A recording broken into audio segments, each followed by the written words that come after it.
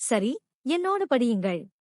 இஸ்ரவேல் ஜனங்கள் சீனாய் மலையில் கூடாரம் போட்டிருக்கிறார்கள் என்று நினைத்துப் பாருங்கள். அவர்கள் எகிப்திலிருந்து விடுவிக்கப்பட்டார்கள். இப்போது கர்த்தர் அவர்களை தம்முடைய உடன்படிக்கை ஜனமாக வாழ கற்றுக் கொடுக்கிறார். லேவியராகமம் ஏற்கனவே ஆராதனை, சுத்தம், மன்னிப்பு, பரிசுத்த நாட்கள் மற்றும் தேவன் தம்முடைய ஜனங்கள் நல்லதிலே வேறுபட வேண்டும் என்ற கருத்தை கற்றுக் கொடுத்தது.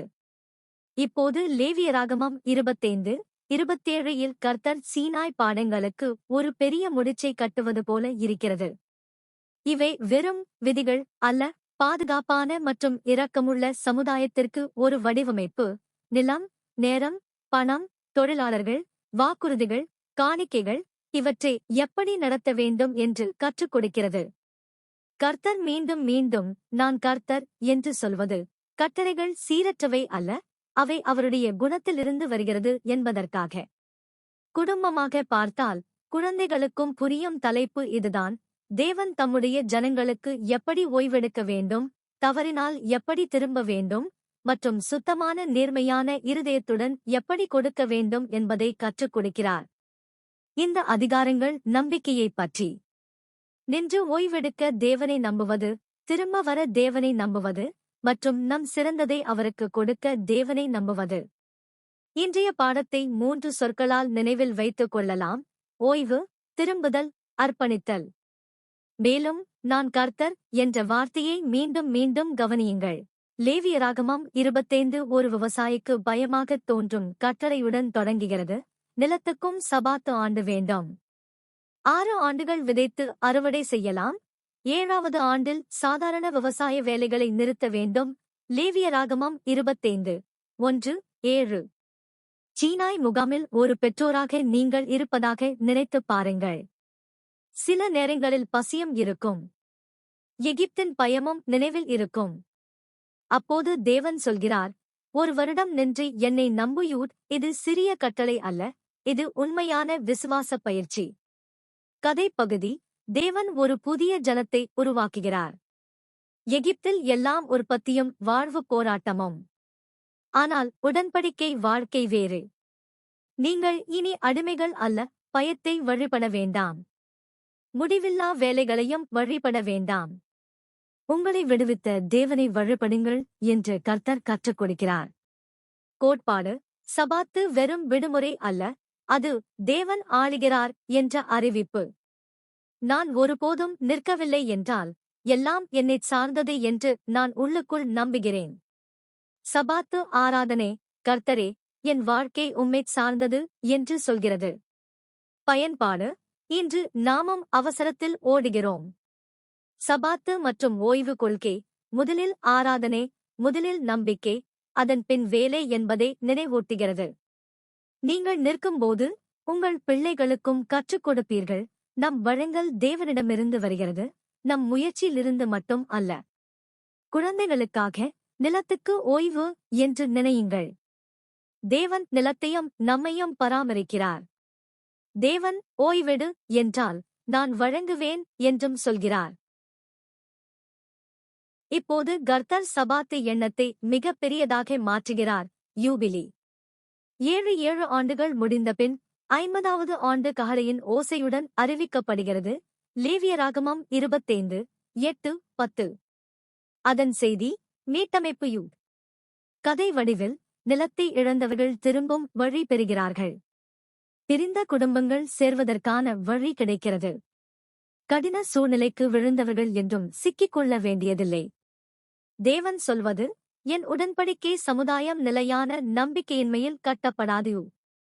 யூபிலி, இரக்கம் அமைப்பிலேயே இருக்க வேண்டும் என்று தேவன் கொடுக்கும் அடையாளம்.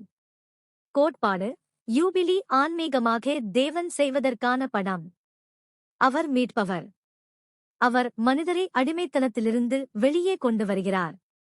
அவர்களை அவர்களின் உரிமைக்கு திருப்பிக் கொண்டு செல்கிறார். இழந்ததை மீட்டெடுக்கிறார். இன்றைய பயன்பாடு: நமக்கு நாட்டளவில் யூபிலி சட்டம் இல்லாவிட்டாலும் யூபிலி சீஷத்துவத்தை வாழலாம். ஒருவர் மனந்திரும்பி உண்மையாக திரும்ப வந்தால் அது யூபிலி. குடும்பம் மன்னித்து என்றும் செலுத்த வேண்டும் என்ற மனநிலையை விடுத்தார், அது யூபிலி. வார்டு ஒருவரை அவமானமின்றி மீண்டும் தொடங்க உதவினால் அது யூபிலி. ஒருவரை அவர்களின் மோசமான வருடத்தால் வரையறுக்காமல் இருந்தால் அது யூபிலி. குழந்தைகளுக்காக யூபிலி என்பது புது தொடக்கம், பொத்தான் போல. தேவன் மனிதரை வீட்டுக்கும் சரியான பாதைக்கும் மீண்டும் கொண்டு வர விரும்புகிறார்.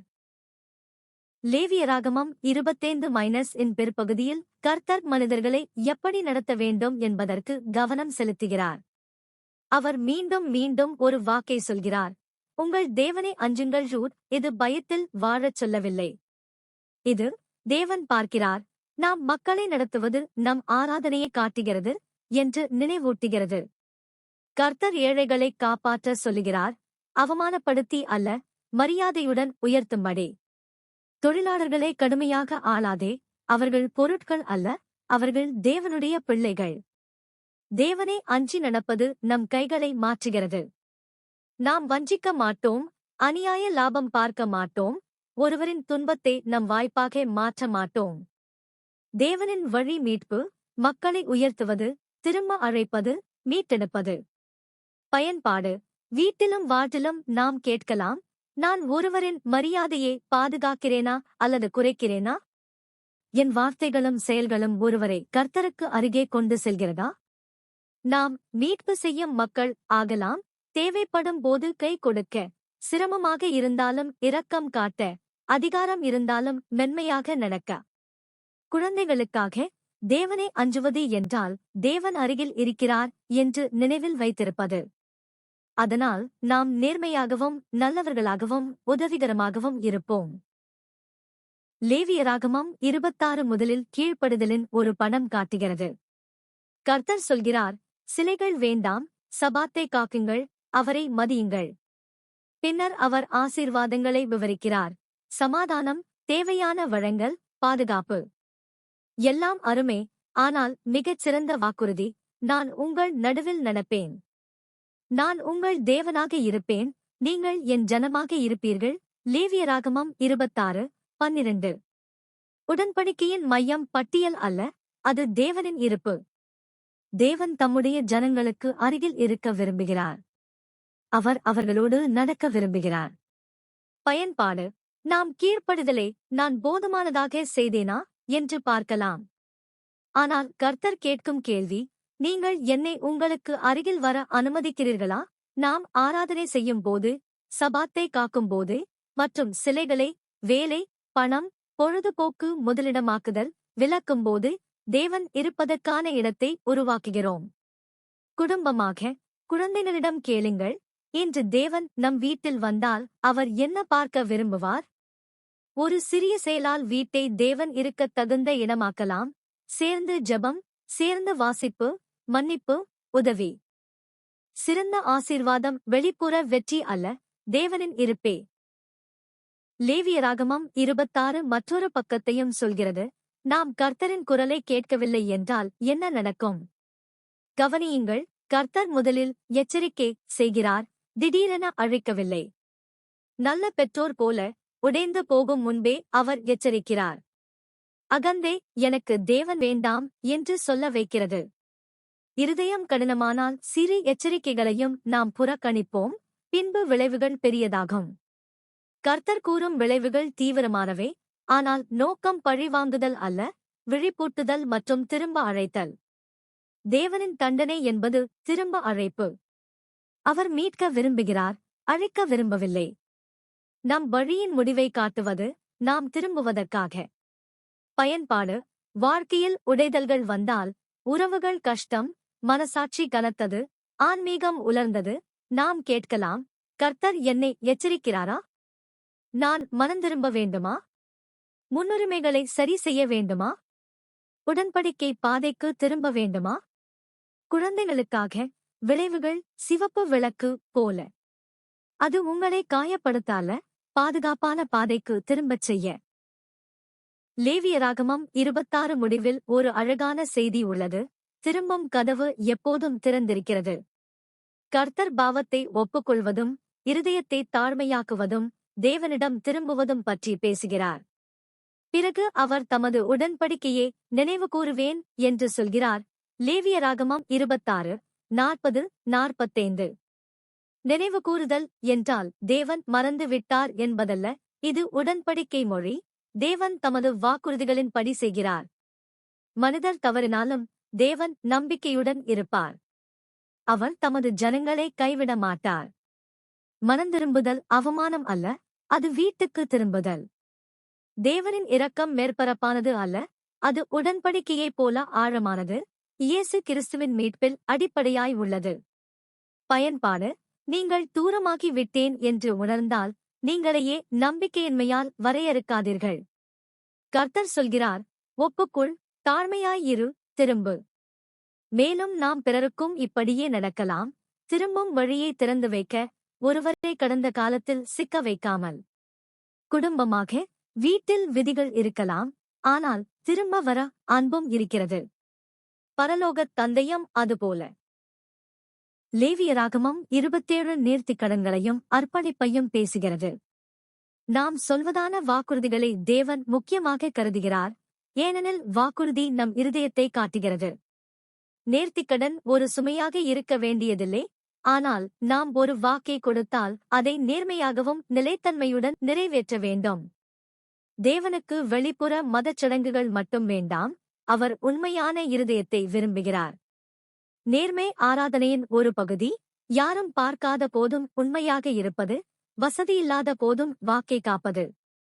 இன்று நம் மிக முக்கியமான வாக்குறுதிகள் உடன்படிக்கைகளே. ஞானஸ்நானம், திருவிருந்தின் மூலம் புதுப்பிக்கும் வாக்குறுதி மற்றும் ஆலய உடன்படிக்கைகள்.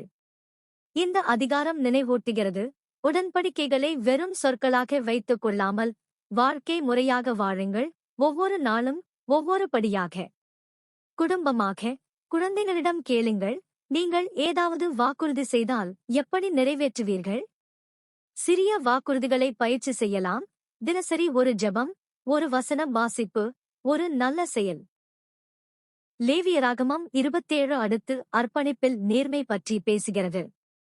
தேவன் நாம் தரும் தரத்தை கவனிக்கிறார், அது நம் அன்பையும் பக்தியையும் காட்டுகிறது.